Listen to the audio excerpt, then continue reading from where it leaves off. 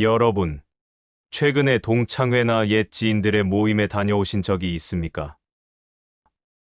오랜만에 옛 친구들 만나서 옛날 이야기나 하며 회포를 풀어야지 하는 설레는 마음으로 가셨을 겁니다.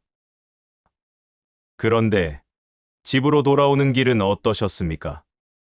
가슴이 따뜻하고 충만하셨습니까?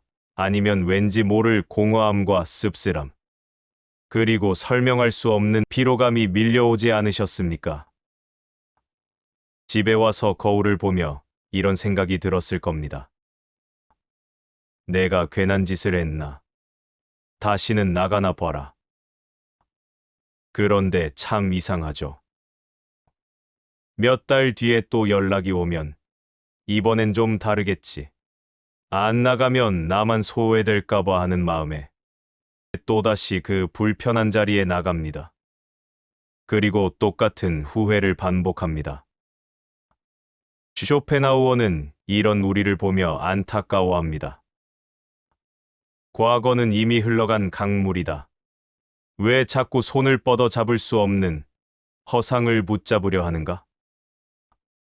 늙어서 나가는 동창회는 진정한 우정을 확인하는 자리가 되기 어렵습니다.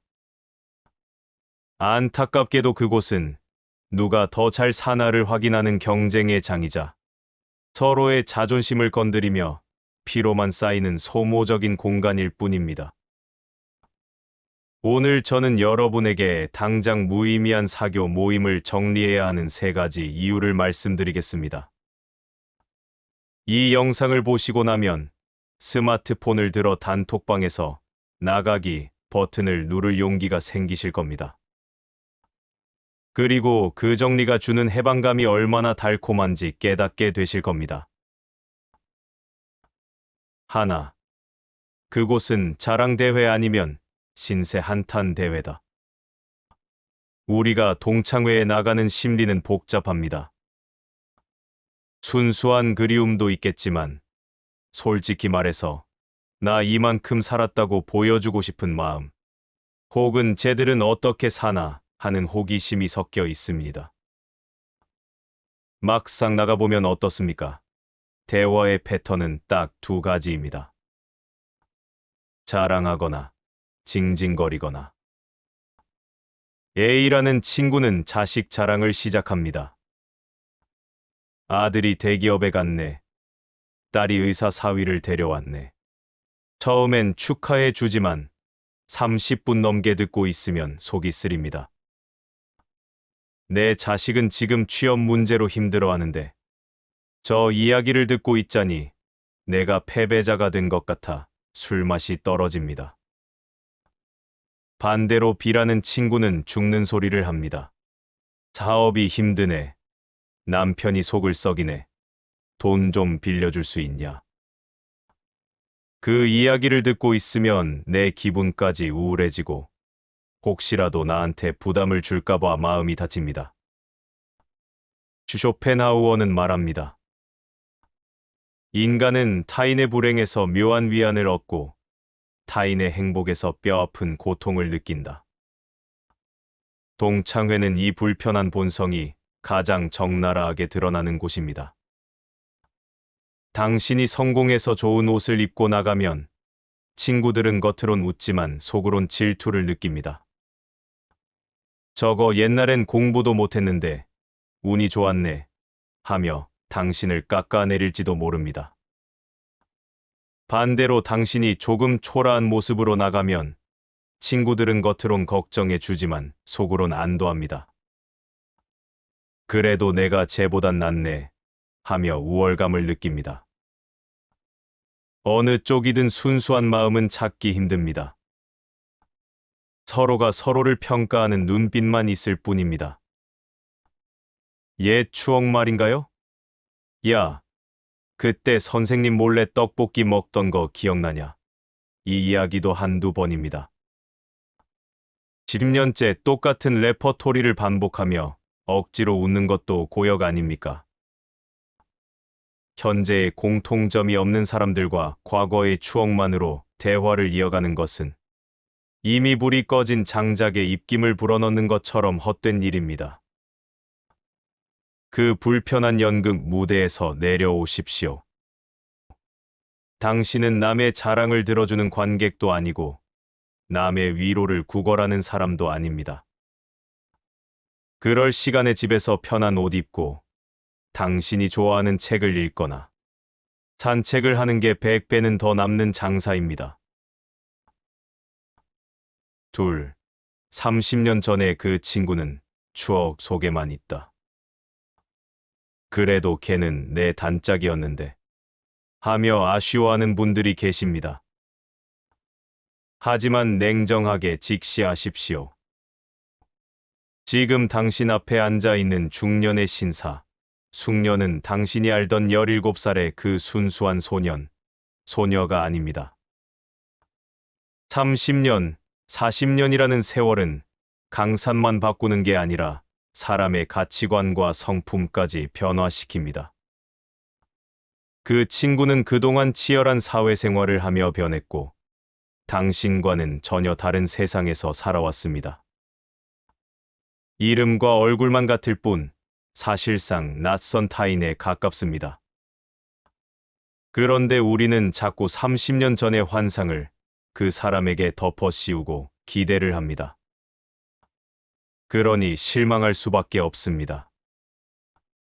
얘가 옛날엔 안 그랬는데 왜 이렇게 속물적으로 변했지? 옛날엔 내 말 잘 들어줬는데 왜 이렇게 고집불통이 됐지? 쇼펜하우어는 말합니다. 모든 것은 변한다.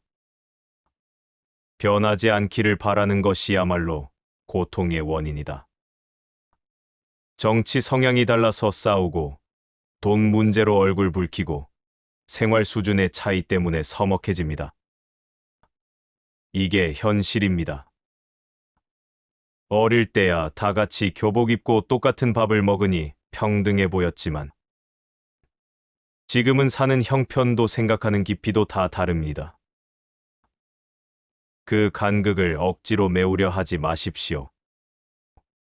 억지로 인연을 이어가려다 보면 아름다웠던 옛 추억마저 오염됩니다. 차라리 만나지 않았더라면 그 친구 참 좋았지 하고 그리움으로 남았을 텐데 굳이 만나서 상처받고 남보다 못한 사이가 되어 헤어집니다. 좋은 추억은 추억으로 남겨둘 때 가장 아름답습니다. 우리가 그리워하는 것은 지금의 그 사람이 아니라 그 시절의 우리입니다. 그 시절은 이미 지나갔습니다. 눈앞에 있는 사람은 과거의 그림자일 뿐입니다. 이제 그만 그림자를 놓아주십시오. 셋, 당신의 에너지는 한정되어 있다. 나이가 든다는 것은 에너지의 총량이 줄어든다는 것을 의미합니다. 젊을 때는 밤새 어울려도 다음날 거뜬했지만 지금은 사람 많은 곳에 1시간만 있어도 기가 빨리고 다음날 하루 종일 알아 누워야 합니다. 쇼펜하우어는 생명력의 경제학을 강조했습니다. 우리의 에너지는 한정된 자본금이다. 쓸데없는 곳에 낭비하면 정작 중요한 곳에 쓸 돈이 없어진다. 마음이 맞지 않는 사람의 비위를 맞추느라 쓰는 감정, 시끄러운 술자리를 견디느라 쓰는 체력, 거치레를 위해 쓰는 돈. 그 귀한 자원들을 왜 당신의 인생에 아무런 위로도 되지 않는 관계를 위해 길바닥에 뿌리십니까? 그 돈으로 당신을 위해 몸에 좋은 음식을 사 드십시오. 그 시간으로 평생 고생한 배우자의 손을 잡고 조용히 산책을 하십시오. 그 체력으로 나 자신을 돌보십시오. 진짜 중요한 사람들은 그 시끄러운 모임에 있지 않습니다. 정말 당신의 친구라면 단체 모임이 아니라 조용히 따로 연락해서 만날 것입니다. 밥 한 번 먹자며 1년에 한두 번 만나 차 한 잔 나누며 속 깊은 이야기를 나눌 수 있는 친구 한두 명이면 충분합니다. 수십 명의 군중 속에서 느끼는 외로움보다 혼자서 누리는 고요한 평화가 훨씬 더 품이 있고 충만한 삶입니다. 인맥 관리해야 하지 않냐고요? 인생의 황혼기에 필요한 인맥은 술친구가 아니라 서로의 안부를 진심으로 걱정해 줄 사람입니다. 거칠애 뿐인 관계는 모래성과 같아서 파도 한 번이면 다 무너집니다. 허상을 쫓지 마십시오. 정리할수록 자유로워진다. 옷장 정리를 할 때 가장 먼저 해야 할 일은 언젠가 입겠지 하며 묵혀둔 낡은 옷들을 버리는 것입니다. 그래야 새 옷을 걸 공간이 생기고 옷장이 숨을 쉽니다. 인간관계도 똑같습니다. 언젠가 보겠지. 그래도 동창인데 하며 의무감으로 붙들고 있던 낡은 인연들을 이제는 놓아주십시오. 스마트폰의 연락처를 정리하고 불필요한 모임에서 조용히 나오십시오. 처음엔 불안할지도 모릅니다. 나만 혼자 남는 거 아냐? 하지만 며칠만 지나면 깨닫게 될 것입니다. 아무 일도 일어나지 않는다는 것을. 오히려 스마트폰에 쓸데없는 알람이 울리지 않아 세상이 너무나 평화롭다는 것을 말입니다. 그 고요함 속에서 비로소 나라는 가장 친한 친구를 만나십시오. 남의 인생을 구경하느라 소홀했던 내 인생을 돌보십시오. 가지는 쳐낼수록 나무는 튼튼해지고 인연은 정리할수록 인생은 자유로워집니다.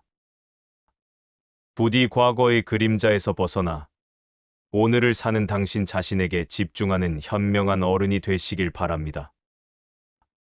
쇼펜하우어의 시원한 정리가 도움이 되셨다면 구독과 알림 설정 부탁드립니다.